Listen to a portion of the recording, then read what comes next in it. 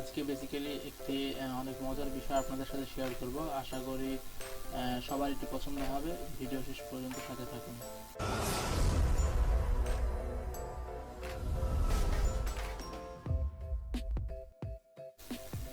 আমাদের অনেক সময় ফেসবুক অ্যাকাউন্ট অথবা আপনার ইউটিউব অ্যাকাউন্ট আমরা একটি ব্রাউজারে ইউজ করি।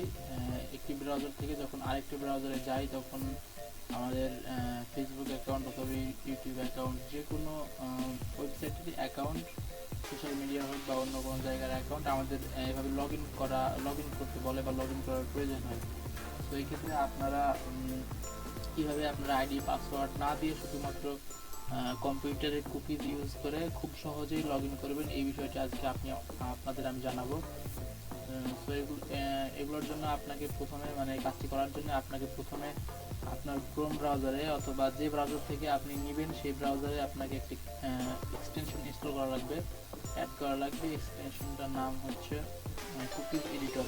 এটার লিঙ্ক আমি ডিসক্রিপশন বক্সে দিয়ে রাখবো, সেখান থেকে সবাই ডাউনলোড করে নেবেন অথবা আপনাদের ক্রোমে অ্যাড করে নেবেন। চলুন কাজটি প্রথমে দেখে নিই।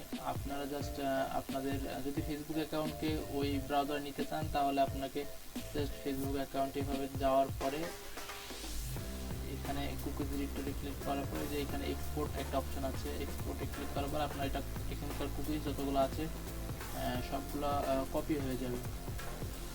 তো আমি কপি কীভাবে হয়েছে আমি একবার দেখাই আপনাদেরকে।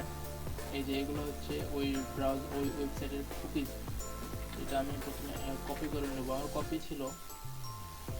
তারপরে আমি চাচ্ছি এই ব্রাউজারে আমি ওই কুকিজগুলো সেট করে আমার ফেসবুক অ্যাকাউন্ট কোনো ইমেল অ্যাড্রেস অথবা পাসওয়ার্ড না দিয়ে লগ ইন করবো। তার জন্য আমাকে এই ব্রাউজারটিতেও সেই কুকিজ সফটওয়্যারটি, সেই কুকিজ এক্সটেনশনটি অ্যাড করা থাকতে হবে। তো এটা আমি আগেই অ্যাড করে নিয়েছি যাতে সময় নষ্ট না হয়। তো এটাতে ক্লিক করার পরে আপনার এখানে ইম্পোর্ট একটা অপশন পাবেন। ইম্পোর্টে ক্লিক করার পরে আপনার এখানে ওই যে টুলসগুলো আপনার কপি করা ছিল সেগুলো পেস্ট করে দিতে হবে। দেন ইম্পোর্ট কাজ হয়ে গেছে। এখন জাস্ট ব্রাউজারটি রিফ্রেশ করতে হবে।